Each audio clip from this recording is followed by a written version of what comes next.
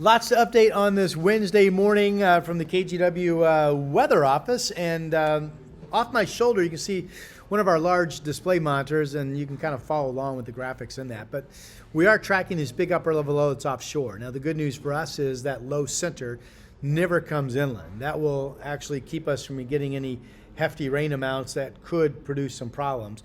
We will get some strong winds out of this thing, and the area colored that kind of tan to orange color in the monitor extends from Canby up through Battleground, so that's the Portland-Vancouver metro areas. This is a wind advisory. It starts at 3 o'clock for strong east winds coming out of the gorge. That's why we don't have advisories down in Salem. Just that outflow area out of the gorge. East winds, the strongest will be tonight, it looks like, where winds could hit 50 miles per hour, slightly higher. That white shaded area is winter weather advisory tonight for about Hood River east through the Dalles for the potential of some sticking snow and maybe a little bit of icing as well, which is what this next graphic talks about. Again, 3 o'clock start time for the strong east wind coming out of the gorge. That's when the advisory starts. That goes through tonight. Generally 40 to 50 mile per hour east winds near the gorge. Some spots could be slightly higher. And in terms of the winter weather tonight out in Hood River, 1 to 2 inches of snow potentially, maybe 1/10 of an inch of icing. Parts of the gorge will probably stay above 32, so that would be no issue. The areas that get hit with some snow and ice are not going to be far from 32, so it wouldn't take much warming during the day on Thursday to kind of clean that up and bring some improved traveling, so that's good news.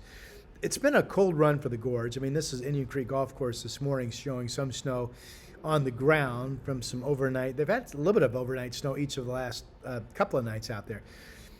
Now let's talk about the rain. Here it is. About noon is when this rain coming from south to north on Futurecast starts to hit up into Tillamook and maybe moving into Salem. And then after that, we'll get rain moving through the Portland metro area. Maybe not a ton. Futurecast has actually started to back off on some of that rain over the last couple of hours, but certainly some rain this afternoon. And then that breaks, and there's not much precipitation total going on overnight tonight or even tomorrow morning, and then rain picks up a little bit during the day. Again, that upper level low we're tracking is basically between now and into the weekend. We're just going to see periods of little rain bands coming through for maybe a couple hours, and then it won't be much for maybe 4 or 5 or 6 hours, and another rain band potentially will start to align. So that's the type of pattern we're looking at. The rain amounts for today may not even be 1/4 of an inch in parts of the I-5 corridor, while other locations get a little bit more than that. But again, not a ton of rain, but some decent wetting, if you will. So in the gorge, temperatures just above freezing in Hood River today. Will be freezing tonight. That opens a door for what we talked about, the chance of some light snow and icing taking place. It will be a breezy to windy afternoon and evening for the entire I-5 corridor. We have the advisory near the gorge, but other areas like Salem could be looking at south to southeast winds blowing 15 to 30 miles per hour. You see daytime highs here on the west side, mainly in the 40s, 30s out on the east side, and the 7-day forecast, which actually after today's high, 45 in Portland, gets to be somewhat mild for this time of the year. We go up to 53 on Friday, and then most nights into the middle of next week, you're going to see lows around 40 and daytime highs of 50 or better with occasional shots of rain coming through. After the winds won't be as strong Thursday, those winds really totally fade away on Friday.